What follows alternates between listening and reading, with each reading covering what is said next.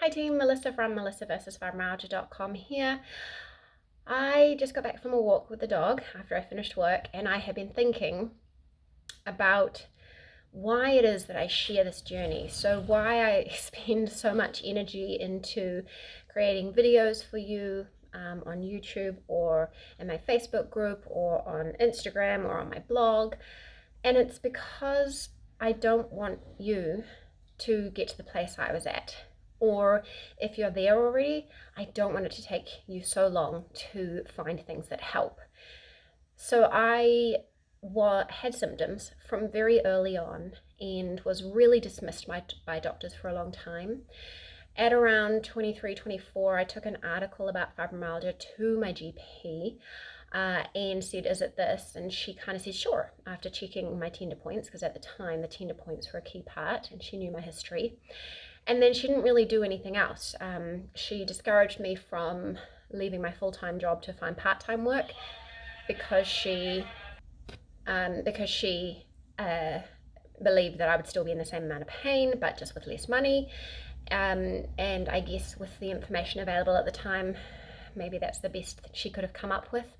But as a result, I pushed and pushed and pushed and pushed, and I ended up very unwell and just miserable. So when I was 25 years old, I was sick all the time, like cold flus, everything that was going around I got. I did not sleep. I vividly remember dragging myself out of bed at 5 in the morning to stand in the cold kitchen waiting for the heat pack to heat up so that I could take it back to bed and keep it on my neck so that I could get some movement into my very, very sore neck. I would start the day exhausted. My stomach would get really sore because I would need coffee and painkillers, and I'd be shaky and trying not to vomit. I would hide in the boardroom until that passed, and then by 3 o'clock I was really struggling to keep my eyes open.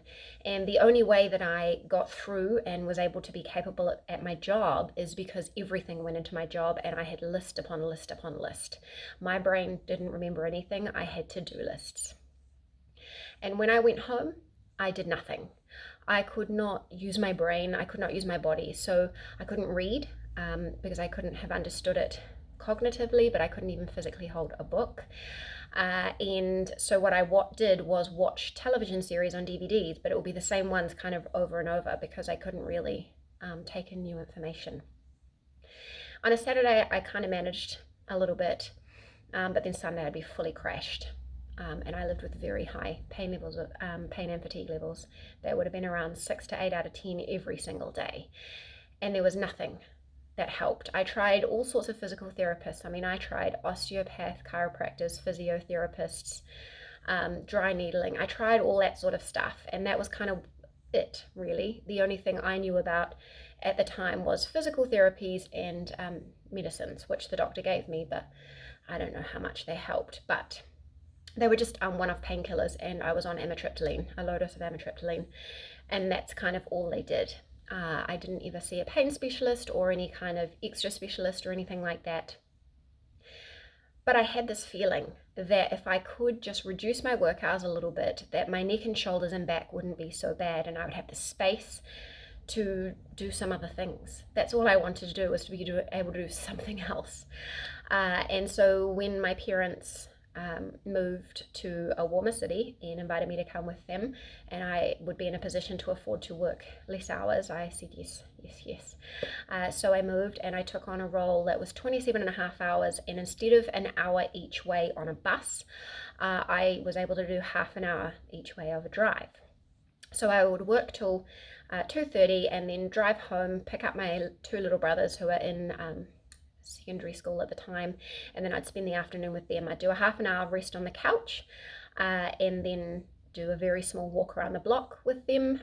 One of the things I realized was that I had been pushing, like, because exercise, people go on and on about exercise, so I've been trying really hard to keep exercising. So I would walk like to and from work at one point when I was living closer, but one thing I did was reduce the exercise down, and I would do a 15-minute walk, and that was much more comfortable, and I reduced a lot of pain in especially my glutes and my lower body. But it was true that I created space. So I was able to find finally a physiotherapist who understood the central nervous system, the fibromyalgia, the trigger points, and so she was the first kind of step on the way to finding a little bit of relief in that way. And just the reduction in work hours and the reduction in exercise, the less stress, the seeing the physio, that was great. And then it did take a lot more time to get even more healing. So it was a good 3 years later before I found low-dose naltrexone. But I found that, and that pushed me light years ahead. And then, I found lots of different things over the years, and of course things have gone up and down as I've had babies and things have changed. But as of last year, when I found quetiapine from my doctor, my new doctor, finally started sleeping after 20 years of insomnia, which, everyone's dismissive, like, oh, try some sleep hygiene. You are never going to find someone with better sleep hygiene than me. I am rigorous. I've done the research. I know what to do. I've tried all the things. I'm compliant. Sleep hygiene was not cutting it. And I've tried a lot, but the quetiapine has made the difference. And so adding that to the schedule has really helped. And it's not all sunshine and lollipops now. I still have up and down days, but when it works wonderfully. So today I woke up and I had the normal amount of deep and REM sleep. It didn't feel great when I first got up, but of course, once I get myself into the day, then I can do it. So I got my children ready, drove them to the places they need to go. I went into the office for 3 hours. I drove home, had some lunch, did another hour of work, had a half an hour yoga nidra guided meditation, and then I took the dog for a half an hour walk. And now I'm going to quickly pop some dinner in and then pick up my children the little two children from centre. So when it works well, and I'm feeling pretty good. So my back is still flared up. It's flared up since my period, so that was the flaw in the plan. So everything kind of independent of the periods is so much better than it was, and I'm so grateful. And that's why I share everything. I share what I do and what I've tried and the research around it, so that you can see personal experience and take the research for your own journey. That's why I do it. And unfortunately last year the periods kind of started to really flare up, and we still don't know if it's previously undiagnosed endometriosis or if it's perimenopause making heavy bad periods worse. We know nothing, but it has really thrown a spanner in the works. So since my last period, which was particularly brutal, I've had increased pain in my back and my shoulders. So the trigger points got really, really mad. I think the central nervous system just blew. I was in so much pain. It couldn't cope. It didn't know what to do, and it was just on fire. And I'm having trouble bringing it back down. So it's very hard to kind of hold that tension, right? So I also know that the period is due to come very soon, and I still haven't quite got back to baseline from the last one. But on the other hand, I'm very aware and very grateful of how much improvement I've had. And I know that information is just still not freely available out there. People don't know it. Our doctors don't know it. I had a friend call me this morning in tears because they had no sleep. They were in so much pain. They don't even have a diagnosis.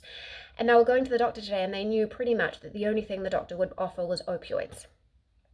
This is ongoing chronic pain. So I talked her through, just helped her feel comfortable again after feeling, very sad, because it is very upsetting, and let her know the two key things that are helping me, the naltrexone and the quetiapine.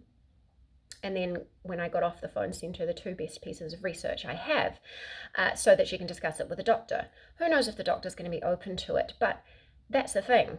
This is what people are dealing with. They don't know, and the doctors have this overwhelming push about functionality.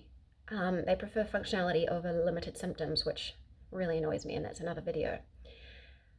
But I hope that explains things. I hope that gives you some ideas of things to start, and maybe piques your interest. You can have a look through my videos and my blog. There are tons of things available there. Everything I've tried, everything I do, I want you to see it so that you can make a decision for yourself. Let me know, has any of my resources helped you? Is there any area that I haven't kind of shared about that you're curious? Let me know in the comments, and I'll catch you soon.